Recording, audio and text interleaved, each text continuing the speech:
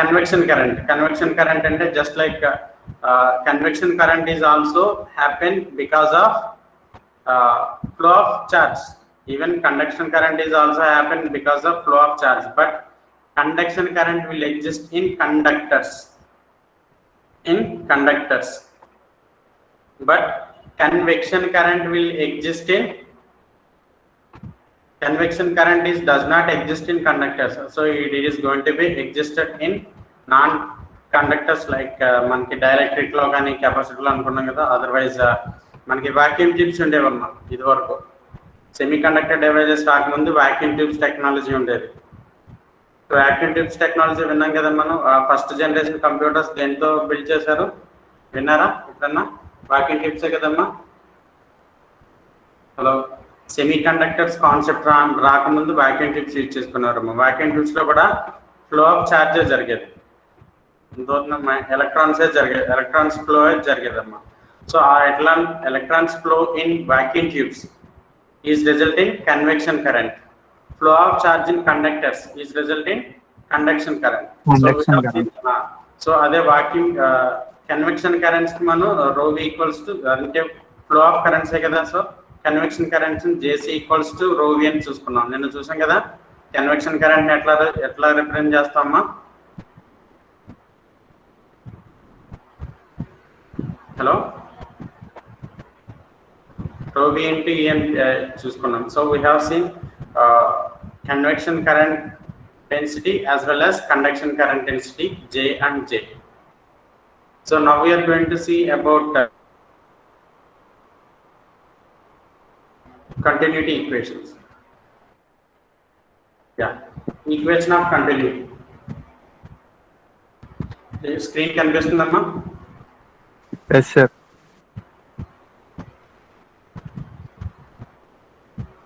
So what is the statement of continuity is rate of change of given within a given value,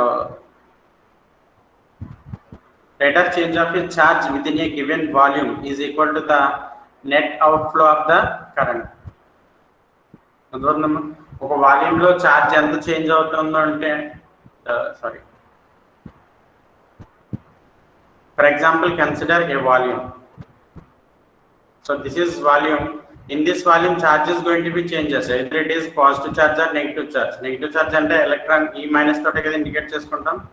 ఈ charge అనేది టైంతో vary అవుతుంది అంటే ఆ time charge variations ఎట్లా ఉండాలి అంటే కనుక బయటికి ఎంత కరెంట్ అయితే ఫ్లో అవుతుందో net out flow from this surface, ఈ సర్ఫేస్ నుంచి కరెంట్ అవుట్ ఫ్లో ఎంత ఉందో దానికి ఈక్వల్ గానే ఉండాలంటున్నారు. జస్ట్ లైక్ గాస్ లా విన్నాం కదా మనం. గాస్ లా ఏం విన్నాము? హలో,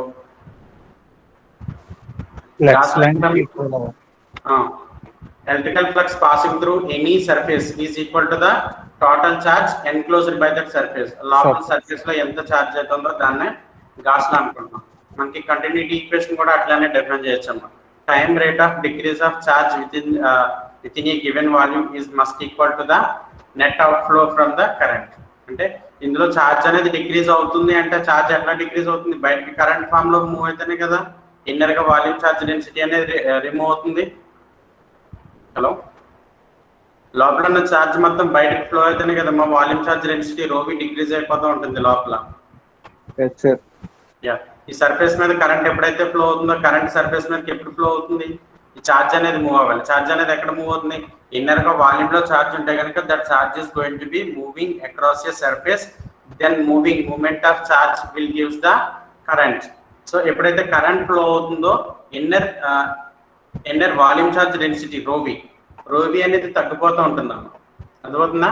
అంటే ఒక కండక్టర్ తీసుకున్నప్పుడు for example this is consider this is the iron.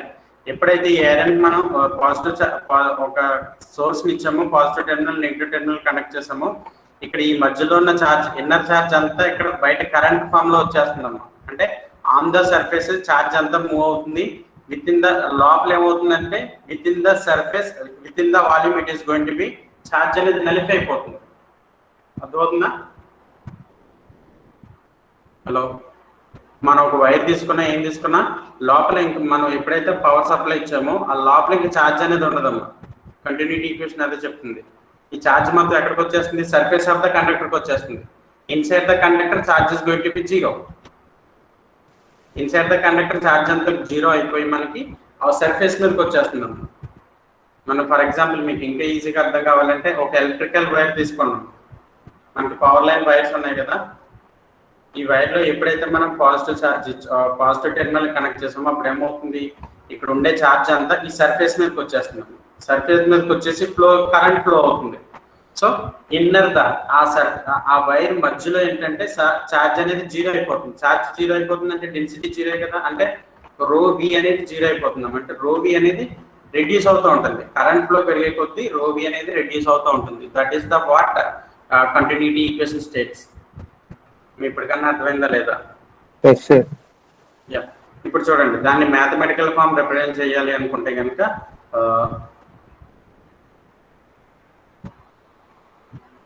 మనకి కరెంట్ ఈక్వేషన్ తెలుసు కదా. కరెంట్ ఈక్వేషన్ రాయగలమా మనం?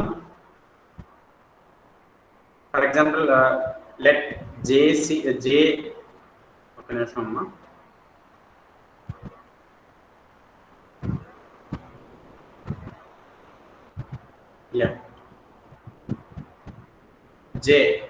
let J will be the current density. J will be the current density. J అనేదాన్ని కరెంట్ డెన్సిటీ అనుకున్నాము. ఇప్పుడు మనం J కి ఈక్వేషన్ ఎట్లా రాయొచ్చమ్మా? కరెంట్ డెన్సిటీ అంటే I/S కదా, total current by total surface. Total current flowing through the surface divided by its surface, that will gives the current density. ఒక density కావాలంటే టోటల్ క్వాంటిటీ బై ఏరియానే కదా తీసుకుంటాం. ఇట్లా రాయొచ్చు.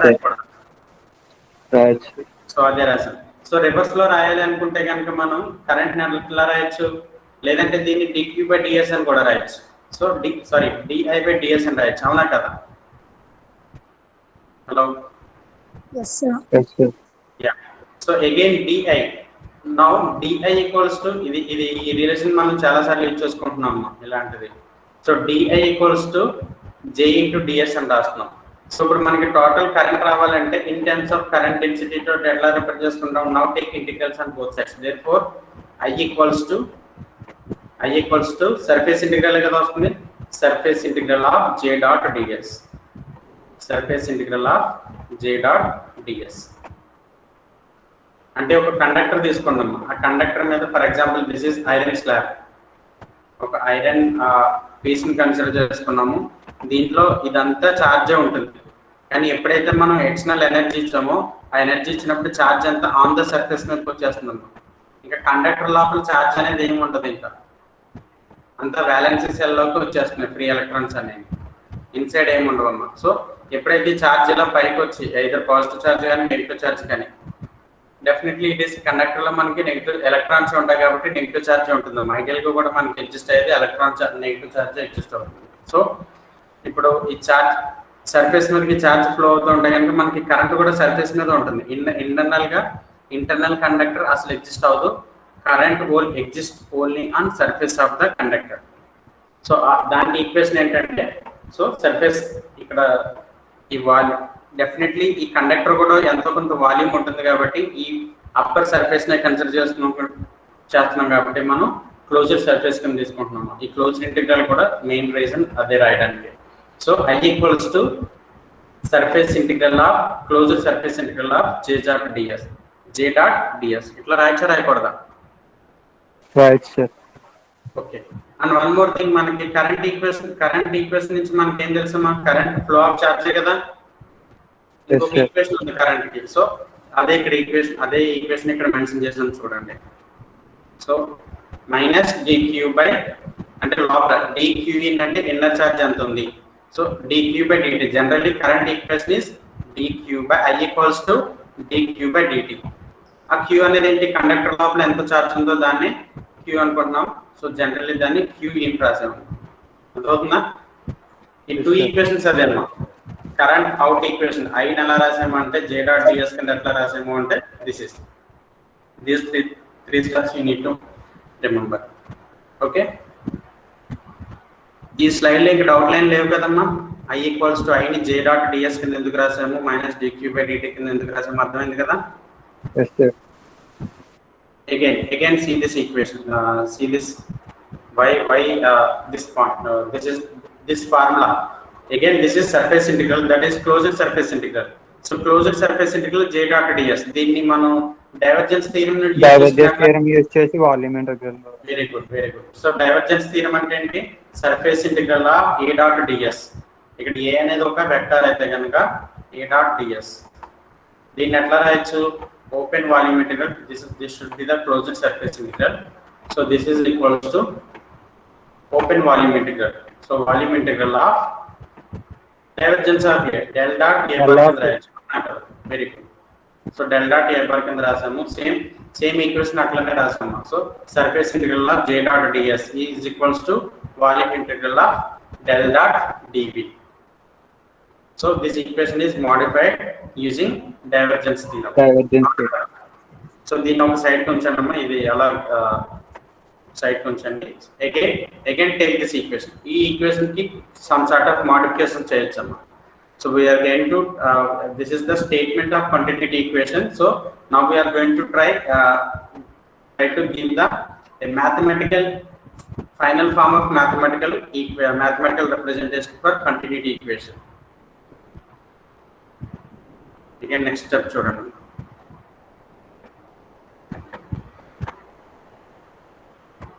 సో మనం ఇప్పుడు ఛార్జ్ని ఎట్లా రాస్తున్నాము? ఒకసారి చూడండి. ఛార్జ్ని ఎట్లా రాయొచ్చు కదా? క్యూని ఎట్లా రాయొచ్చమ్మా? క్యూఇన్ అంటే కండక్టర్ లోపల ఉన్న ఛార్జే కదా. సో దాన్ని వాల్యూమ్ ఛార్జ్ డెన్సిటీని చూసుకున్న రోవి డివి కింద రాయొచ్చా? వాల్యూమ్ ఇంటిగ్రల్ ఆఫ్ రోవి డివి. క్యూని అట్లా రాస్తున్నాం, అవునా కదా? హలో, అల్పులోనే ఉండిపోతుందమ్మా. ఇన్స్టెడ్ ఆఫ్ క్యూ మనం ఏం చేసామంటే రోవి డివి కింద రాసాం. అంతా మనకు తెలిసిన కాన్సెప్ట్ అమ్మా. సో ఇప్పుడు ఇంటిగ్రల్ తీసుకెళ్ళిపోయి డెరివేటివ్ ఇంటిగ్రల్ ని ఈ రెండింటిని రివర్స్ చేసాం. రివర్స్ అంటే ఏంటి? ఇంటిగ్రల్ చేసి డెరివేషన్ చేసి ఇంటిగ్రేషన్ చేసిన ఉంటాయి కదా. సో ఇంటిగ్రేషన్ డో రో వి బై డో టీ కింద రాసుకున్నాం. రాయచ్చా రాయకూడదా? సో ఇక్కడేంటి మనకి ఇదివరకు ప్రీవియస్ గా ఏం రాసాము మనం? Surface integral of j dot ds రాసాము. Surface integral of j dot ds రాసాము. దీన్ని డైవర్జెన్స్ థియరం యూజ్ చేసుకుని వాల్యూమ్ ఇంటిగ్రల్ కింద రాసాము. సో వాల్యూమ్ ఇంటిగ్రల్ కింద రాసాము. ఇక్కడ బోత్ సైడ్స్ వాల్యూమ్ ఇంటిగ్రల్స్ వచ్చింది చూడండి. ఇప్పుడు ఉందా లేదా? హలో, ఇదంటే ఏంటి? ఈ రెండు ఈక్వేషన్ లో సేమ్ కదమ్మా. సో ఇప్పుడు ఛార్జ్ కూడా వాల్యూమ్ ఇంటిగ్రల్ లోకి తీసుకొచ్చాము, కరెంట్ డెన్సిటీని కూడా వాల్యూమ్ ఇంటిగ్రల్ లోకి తీసుకొచ్చాము, అవునా కదా? So volume integral get cancel finally. So ఈ వాల్యూమ్ ఇంటిగ్రల్ రెండు క్యాన్సిల్ అయిన తర్వాత మనకి ఏం తెలుస్తుంది చూడండి. This is divergence of J is nothing but current density. Divergence of current density, which is equals to minus rate of change of volume charge density. మనకి continuity equation కూడా అదే కదా చెప్తుంది. Net out flow from current అనేది out flow increase అయ్యే కొద్దీ inner గా charge అనేది రెడ్యూస్ అయిపోతుంది. అర్థమైందమ్మా? సో ఇప్పుడు కరెంట్ అంటే ఏంటి? కరెంట్ అన్న కరెంట్ డెన్సిటీ అన్న ఉంటాయి కదా.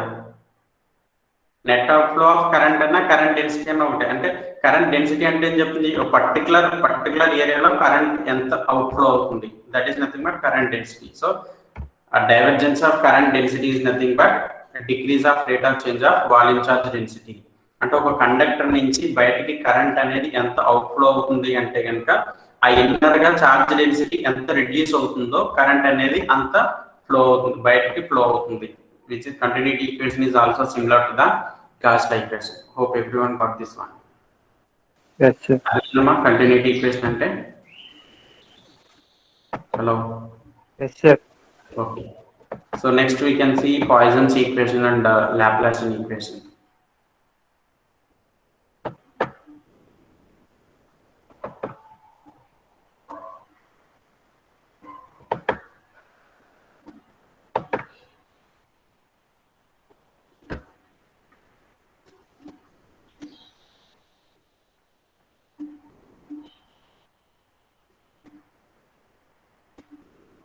There are two mathematical equations. One is Poisson's and Laplacian equation. So these equations are used to solve the problems like, for example, if you want to calculate if you want to find the flow of charge in a diode. ఒక diode లో charge అనేది ఎట్లా move అవుతుంది మనకి తెలుసుకోవాలనుకుంటే కనుక ఈ poisons కానీ లాప్లాసియన్ ఈక్వేషన్స్ నుంచి కానీ మనం సార్ట్ అవుట్ తెలుసుకుంటాం. అర్థమవుతుందా? హలో. Yes sir. సో ఇప్పుడు మనం గాస్ లా నుంచి మనకి మాక్స్వెల్స్ ఫస్ట్ ఈక్వేషన్ నుంచి ఏం తెలుసమా? ME1 అంటే ఏంటి? Divergence of electrical flux density which is equals to point form తీసుకుంటే ρV కదా వచ్చింది మనకి. Yes sir. Okay, ρV. ఇప్పుడు మనకి ఇంకొక రిలేషన్ ఏంటి తెలుసు? ఫ్లక్స్ డెన్సిటీ దీని ఎట్లా రాయొచ్చమ్మా? D equals to epsilon naught E కదా. ఈ ఒక రిలేషన్ కూడా చెప్పాం. అర్థమవుతుందా? Epsilon naught E and volume మనకి వోల్టేజ్ ఏంటి?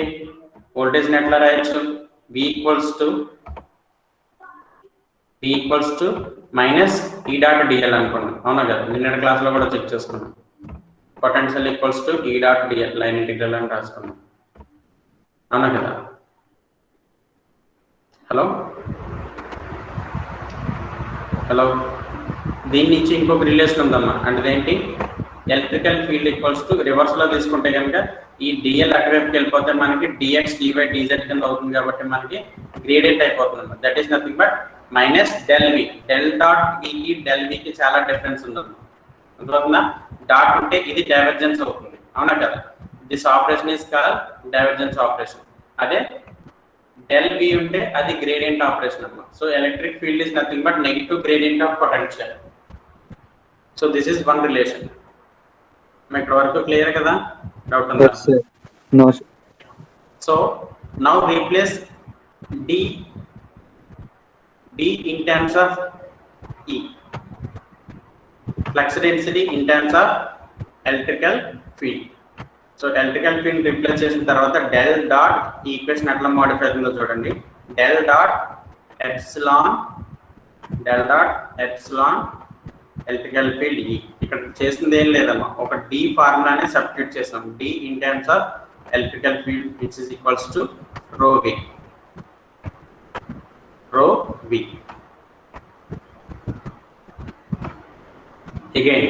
Again V in terms of voltage. Potentials లో ఇక్కడ ఎలక్ట్రికల్ ఫీల్డ్ ని పొటెన్షియల్స్ లో రీప్లేస్ చేస్తున్నాము. సో ఎప్సిలాన్ నాట్ కాన్స్టెంట్ కాబట్టి బయటకు తీసుకొచ్చేసాము.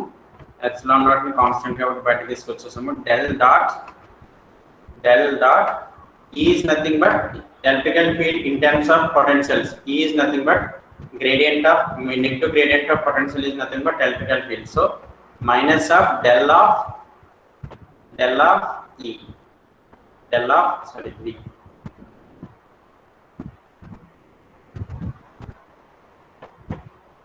Del of V which is equals to ρV. ఇక్కడ చూడండి అమ్మా, ఇక్కడ టూ ఆపరేషన్స్ ఉన్నాయి.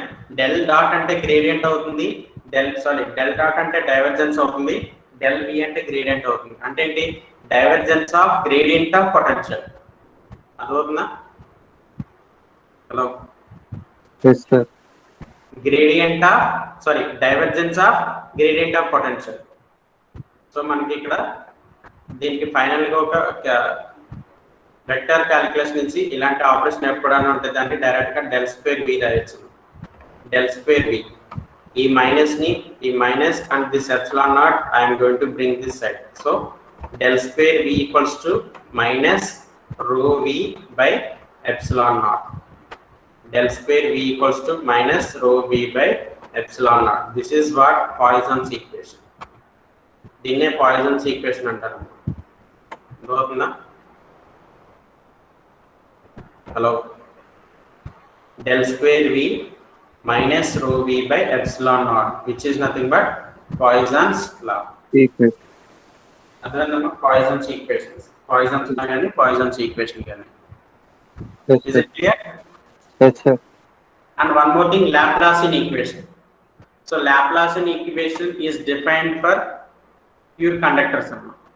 అదే విత్ ఇన్ ద కండక్టర్ మనం ఇందాక చెప్పుకున్నాం కదా, one side outside energy చేస్తే కనుక rho V within the conductor rho V ఏమైపోతుందమ్మా, ఇన్సైడ్ ఛార్జ్ అనేది 0 అయిపోతుంది. ఎందుకంటే కరెంట్ ఫ్లో అనేది ఆన్ ద సర్ఫేస్ మీద జరుగుతుంది కాబట్టి. అవునా కదా, ఇందాక చూసాం కదమ్మా. కంటిన్యూటీ ఈక్వేషన్ నుంచి చూసుకుని ఏం చేసుకున్నాము, with in inside the conductor charge density is going to be 0. Why? Because entire charge is going to be accumulated on the surface of the conductor, but inside the conductor charge density is going to be 0. So ఎప్పుడైతే మనం conductor ఈ Poisson's equation ని conductor కి apply చేసుకున్నామో అప్పుడు ఏమవుతుంది, del square V equals to volume charge density అనేది 0 అయిపోతుంది. therefore it is going to be 0. this is what Laplacian equation. del square V equals to 0 for conductors. ఇది Laplacian equation. Non conductors అంటే del square V equals to minus rho V by epsilon. అర్థమైందమ్మా. so this is the basic difference between Poisson's law and Laplacian law. Laplacian equation can be used for conductors, therefore del square V equals to 0. But non-conductors, Poisson's law can be represented, that is del square V equals to minus rho V by epsilon. అర్థమైంది కదమ్మా. Yes sir. Okay.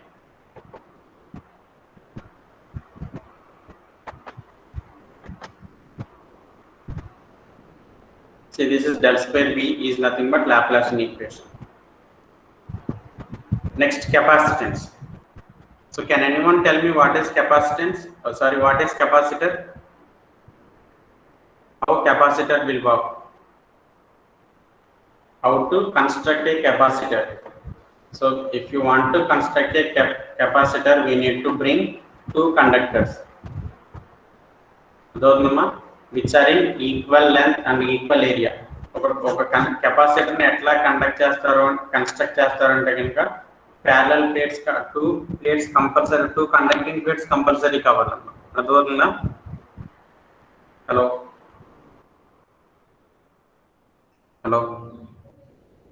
Yes sir. Okay, so again these two are separated with help of some sort of non-conducting media, that is called dielectric. ఏదో dielectric తోటి రెండింటిని separate చేయాలన్నమాట. Again in this, one plate is accumulated with highly positive charge. ఒక plate అనేది positive charge తోటి accumulate అయి ఉంటుంది.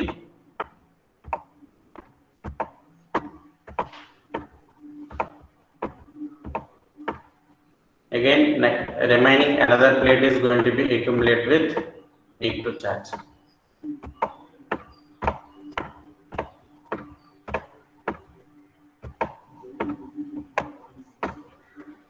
ఇక్కడ చూడండి, మనకి పాజిటివ్ ఛార్జ్ నెగిటివ్ ఛార్జ్ ఉంది అనుకుంటే కనుక according to coulombs law definitely force of attraction will exist. అవునా కదా?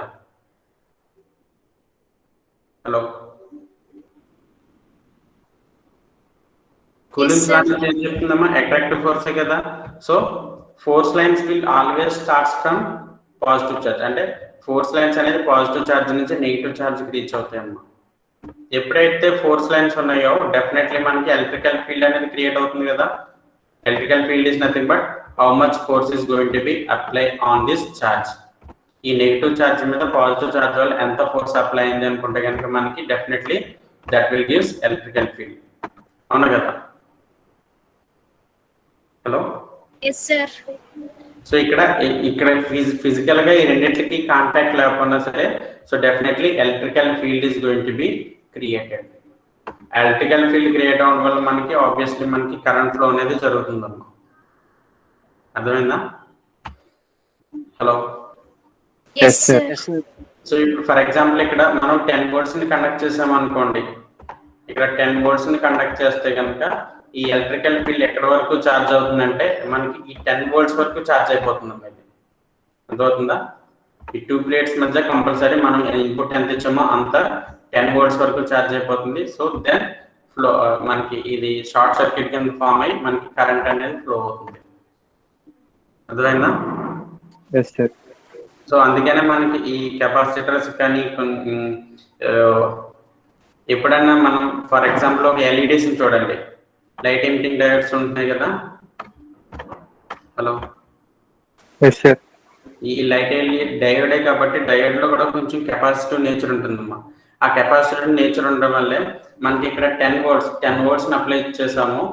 So this capacitor is going to B charges up to 10 volts. ఇక్కడ లోడ్ ఒకటి కనెక్ట్ చేసాం, అమ్మా. సో ఇప్పుడు ఈ 10 volts ని మనం ఆఫ్ చేస్తాం, ఒక స్విచ్ ని యూజ్ చేసుకుని ఆఫ్ చేస్తాం. ఆఫ్ చేసిన తర్వాత ఇక్కడ ఫర్ ఎగ్జాంపుల్ ఒక ఎల్ఈడిని కనెక్ట్ చేసుకున్నాం అనుకుంటే కనుక ఇది వెంటనే ఆఫ్ అవుతుంది. కొంచెం టైం వరకు డిశ్చార్జ్ అవుతుందమ్మా. దాని గ్లోనెస్ వెంటనే మనకి మన పవర్ ఎంత త్వరగా అయితే కట్ అయిందో ఎల్ఈడి కూడా అంతే త్వరగా గ్లో అవుతుంది. దాని గ్లో వెంటనే డిశ్చార్జ్ అవుతుంది. అది స్లోగా డిశ్చార్జ్ అవుతూ ఉంటుంది. ఎందుకంటే because of capacitive nature in that LED.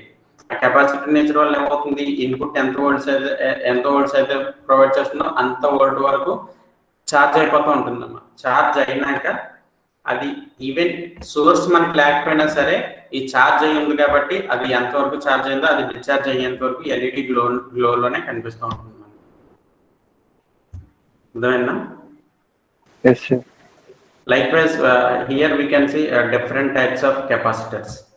Parallel plate capacitor కానీ స్పెరికల్ గా కూడా కొన్ని కెపాసిటర్స్ ఉంటాయి. అంటే బాల్ ఇన్నర్ ద బాల్ అది కూడా అప్లికేషన్స్ బేస్ చేసుకుని అలాంటి కెపాసిటర్ యూజ్ చేసుకుంటాం. లేదంటే కోఎక్సెల్ కెపాసిటర్ అంటే ఇన్నర్ గా ఒక కండక్టివ్ ప్లేట్ ఉంటుంది, దానికి అవుటర్ గా మళ్ళీ ఇంకొక కండక్టివ్ ప్లేట్ ఉంటుంది. సో మనకి కెపాసిటర్ ఫామ్ అవ్వాలంటే 2 కండక్టర్స్ ఉండాలి. 2 conductors are separated by some sort of dielectric media. అది ప్యారలల్ ప్లేట్ కెపాసిటెన్స్ అవ్వచ్చు. ప్యారలల్ ప్లేట్ కెపాసిటెన్స్ అంటే ఇట్లా ఉంటుంది. ఇంత ఫస్ట్ లో స్టార్టింగ్ లో డ్రా చేసాం కదా. And this is coaxial capacitance and this is spherical capacitor. అర్థమైందమ్మా? ఓకే. ఏ కెపాసిటర్ కన్నా మనకి ఫార్ములా ఒకటే ఉంటుంది, basic formula. You can see right now.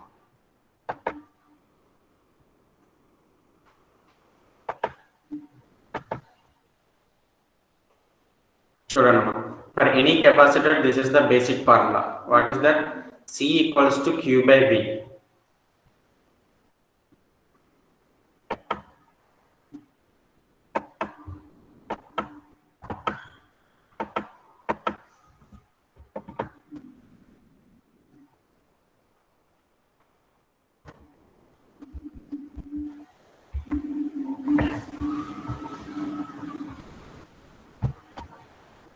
C equals to Q by V.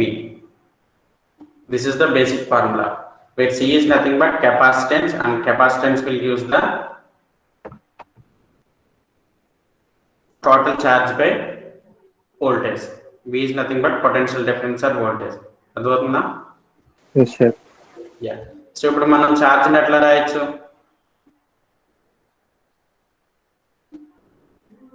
చలో ఇక్కడ చూడండి అమ్మా. Q by obviously it is going to be R square. అవునా కదా? Yes sir. Q by 4 pi R square కదా. ఇక్కడ ఎప్సిలాన్ నాట్ రాస్తున్నాను అమ్మా. ఈ ఎప్సిలాన్ నాట్ ఇక్కడ తీసుకొచ్చేసాను. ఓకేనా? ఇక్కడ మనకి ఎలక్ట్రికల్ ఫీల్డ్ కి ఒక రిలేషన్ రాద్దాము. ఇక్కడ ఎలక్ట్రికల్ ఫీల్డ్ ఇట్లా ఎందుకు రాసాము? Epsilon naught surface integral of EDS ఇలా రాయొచ్చు అమ్మ చార్జ్ ని. ఎందుకంటే మనకి బేసిక్ ఎలక్ట్రికల్ ఫీల్డ్ ఫార్ములా ఏంటి? ఈక్వల్స్ టు పాయింట్ చార్జ్ వల్ల ఎలక్ట్రికల్ ఫీల్డ్ ఏంటమ్మా? Q by 4 pi R square కదా.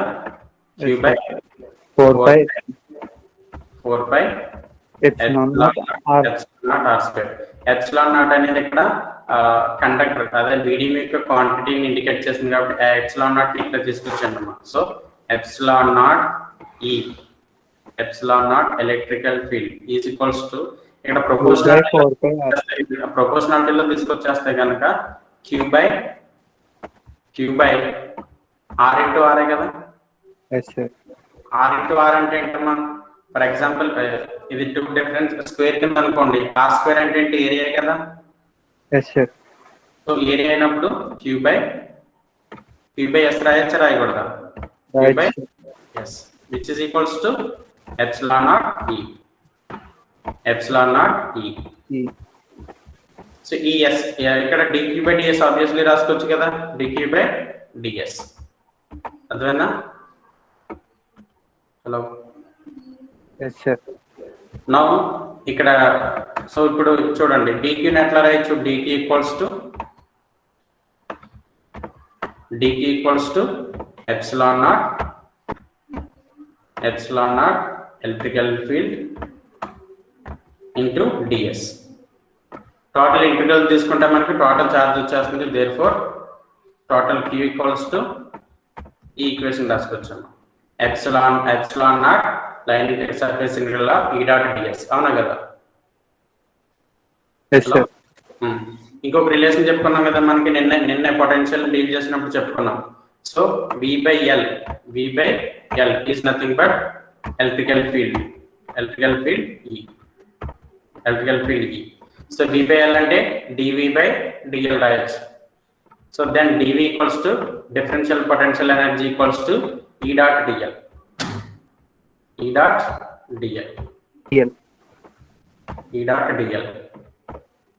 దెన్ టోటల్ పొటెన్షియల్ కావాలంటే equals to line integral of E dot dl. అర్థమైందమ్మా? న్యూమరేటర్ ఎట్లా వచ్చింది in terms of electrical field, denominator ఎట్లా వచ్చింది in terms of electrical field. అర్థమైందా? Yes, sir. ఇక్కడ చూడండి, లాజిక్ చూడండి. మనకి బేసికల్ గా కెపాసిటర్ అంటే ఛార్జ్ బై వోల్టేజ్. ఇక్కడ ఛార్జ్ ని కూడా in terms of electrical field లో రిప్రజెంట్ చేసుకుంటున్నాం, వోల్టేజ్ ని కూడా in terms of electrical field లో రిప్రజెంట్ చేసుకుంటున్నాం.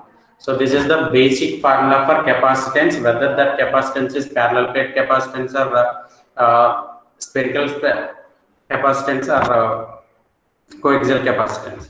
ఈ బేసిక్ ఫార్ములాని ఇచ్చేసుకుని దాని కెపాసిటెన్స్ ఎంత ఉంది ఆ అప్లికేషన్ బేస్ చేసుకుని మనం క్యాలిక్యులేట్ చేసుకుంటాం. ఓకేనా?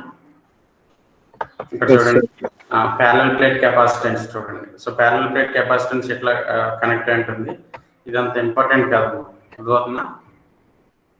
ప్రాబ్లమ్స్ సాల్వ్ చేసేటప్పుడు ఈ కెపాసిటెన్స్ ఫార్ములా ఏంటనేది అప్పుడు మనం డిస్కస్ చేసుకోవచ్చు. ఓకేనా? హలో. Yes, sir.